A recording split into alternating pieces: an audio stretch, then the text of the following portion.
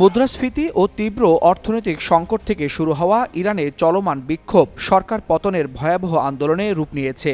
দেশটির সর্বোচ্চ নেতা আয়াতুল্লাহ আলী খামেনির পক্ষে রাজধানী তেহরানে পাল্টা সমাবেশের মধ্যেই পরিস্থিতি দ্রুত জটিল হয়ে ওঠে।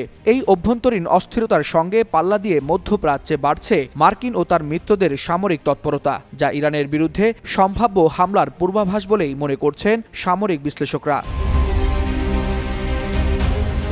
ইরানকে কেন্দ্র করে চলমান উত্তেজনার মধ্যেই দক্ষিণ চীন সাগর থেকে মধ্যপ্রাচ্যের উদ্দেশ্যে রওনা দিয়েছে যুক্তরাষ্ট্রের বিমানবাহী রণতরী ইউএসএস আব্রাহাম লিঙ্কন। মার্কিন সংবাদ মাধ্যম নিউজ নেশনের বরাতে জানা গেছে, পেন্টাগনের নির্দেশে ক্যারিয়ার স্ট্রাইক গ্রুপটি আগামী সপ্তাহের মধ্যেই সেন্ট্রাল কমান্ড এলাকায় পৌঁছাবে। এর আগে লোহিত সাগরে এসে পৌঁছেছে আরেকটি বিমানবাহী রণতরী ইউএসএস রুজভেল্ট। এদিকে কাতারের আল উইদেদ সামরিক ঘাঁটিতে ৬টি KC-135 ট্যাঙ্কার বিমান মোতায়েন করেছে যুক্তরাষ্ট্র, যা দীর্ঘপথে যুদ্ধ বিমান পরিচালনার সক্ষমতা বাড়ায়। একই সঙ্গে ইরান তার আন্তর্জাতিক আকাশসীমা প্রায় পুরোপুরি বন্ধ ঘোষণা করেছে। শুধু বিশেষ অনুমোদনপ্রাপ্ত কিছু ফ্লাইট চলাচলের সুযোগ পাচ্ছে বলে দেশটির বিভিন্ন গণমাধ্যমে জানানো হয়। অন্যদিকে ইসরায়েল বিভিন্ন শহরে আয়রন ডোম সহ ৩ স্তরের আকাশ প্রতিরক্ষা ব্যবস্থা সক্রিয় করছে। আশকেলন, ডিমোনা ও বীরশেভায় খুলে দেওয়া হয়েছে পাবলিক বোমা আশ্রয়কেন্দ্র।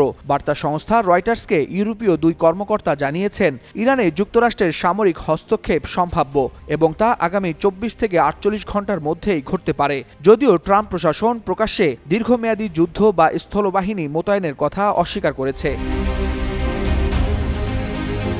ইরান কেন্দ্রিক এই উত্তেজনার সরাসরি প্রভাব পড়েছে বেসামরিক বিমান চলাচলেও। জার্মান বিমান সংস্থা লুফথানসা ইসরায়েলগামী ও ইসরায়েল থেকে ছেড়ে আসা সব ফ্লাইট বাতিল করেছে। জার্মানি, ফ্রান্স, ইতালি, পোল্যান্ড ও অস্ট্রেলিয়া সহ একাধিক দেশ তাদের নাগরিকদের দ্রুত ইরান ছাড়ার নির্দেশ দিয়েছে। তেহরানে এরই মধ্যে ব্রিটিশ দূতাবাস বন্ধ করা হয়েছে এবং স্পেনও তাদের নাগরিকদের ইরান ত্যাগের আহ্বান জানিয়েছে।